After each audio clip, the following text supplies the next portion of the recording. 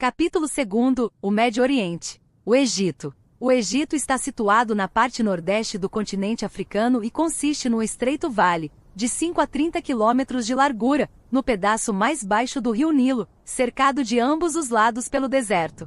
Condições naturais. O rio Nilo desempenha um papel de alta importância na vida do país. É significativo que nos tempos antigos o Egito fosse chamado de Dom do Nilo. Todos os territórios do nordeste de África, com exceção do Vale do Nilo, se tinham convertido desde há muito num deserto árido. O Vale do Nilo, graças às cheias anuais entre julho e novembro, tem uma terra fértil, que é extremamente fácil de cultivar. Por isso, as condições nesta área favoreceram o desenvolvimento da agricultura primitiva. O Vale do Nilo, em tempos antigos, já era rico de valiosas espécies de árvores de fruto, tais como palmeiras e sicomoros, que também forneciam material de construção. As montanhas que havia junto do vale eram ricas em pedras próprias para a construção, como o granito e o calcário, e havia ouro nas montanhas da vizinha Núbia. Assim, verifica-se que, além do seu solo fértil, o Vale do Nilo também era rico em recursos naturais. Formação de uma sociedade de classes e de um estado no Egito. O povo do Antigo Egito estava agrupado em várias tribos que se tinham estabelecido no Vale do Nilo desde tempos imemoriais.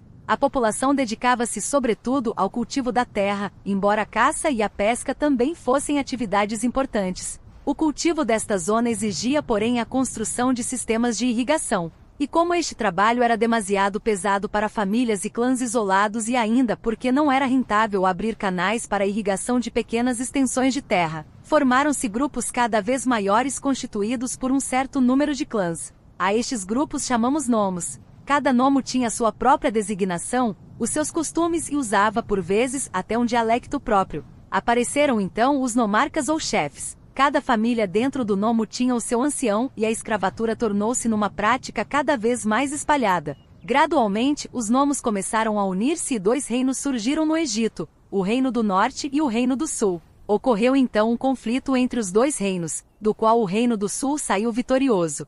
Cerca do ano 3200 a.C., o faraó Menés uniu pela primeira vez todo o território do Egito sob o seu governo, instituindo o poder do Estado em todo o seu país. Este poder estava nas mãos da nobreza, dos grandes proprietários de terras. A história do Egito divide-se geralmente em três períodos principais: o Antigo, o Médio e o Novo. O Império Antigo e o Império Médio. No Império Antigo, a principal atividade do povo era ainda a agricultura. A terra era cultivada por comunas de camponeses e cada comuna era administrada pelo seu conselho de anciãos. Estes conselhos organizavam a cobrança de impostos e também o recrutamento do trabalho para os projetos reais. Era esta a designação dada no Egito ao recrutamento obrigatório para todos os que trabalhavam nas comunas de camponeses. Os escravos no Egito eram geralmente utilizados nas grandes propriedades que pertenciam aos cortesãos do faraó ou nas terras que pertenciam aos templos. Os faraós detinham grandes poderes. Deram-lhes o título de soberanos do Alto e Baixo Egito,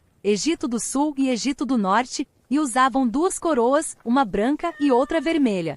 O principal conselheiro do faraó chamava-se vizir e dirigia por sua vez aqueles que superintendiam nas várias esferas da administração. As obrigações do vizir incluíam a administração dos vários armazéns de cereais, do ouro, dos vinhos, da criação de gado, das questões militares e dos sacrifícios a realizar nos templos. Além disso, o vizir também superintendia em todo o trabalho para o faraó, no tesouro público e no grande tribunal. Muitos escribas trabalhavam para o próprio vizir e para os vários armazéns. Os faraós do Império Antigo empreenderam campanhas militares contra os povos da Península do Sinai e da Núbia. Estas campanhas trouxeram ao Egito ricos despojos, incluindo malaquite, minério de cobre, ouro, marfim, ébano e também grande número de prisioneiros, que não eram mortos mas reduzidos à escravatura. A estes prisioneiros dos egípcios dava-se o nome de mortos-vivos, e havia boas razões para isso. Foi no Império Antigo que apareceu o costume de construir pirâmides, enormes túmulos de pedra que os faraós e seus cortesãos mandavam erguer para si durante a sua vida. No Egito, cerca de 70 destas pirâmides sobreviveram até os nossos dias. A maior e mais famosa é a pirâmide de Quéops ou Chufu, que tem 145 metros de altura e cuja base tem cerca de 732 metros de lado. Para sua construção foram precisos 2.300.000 blocos de pedra que pesavam 2 toneladas cada um. A pirâmide levou 20 anos a construir, apesar de toda a população rural do Egito ter sido recrutada para este trabalho, a um ritmo de 100.000 homens de 3 em 3 meses. Tais eram as condições de trabalho na Casa Real no Império Antigo. A construção das pirâmides estava relacionada com a religião egípcia e em particular com a crença numa vida além túmulo, desde que o corpo fosse bem conservado e lhe fossem regularmente fornecidos alimentos e bebidas. Esta crença está na base do costume de embalsamar, isto é, de mumificar os mortos, arte na qual os egípcios se tornaram mestres.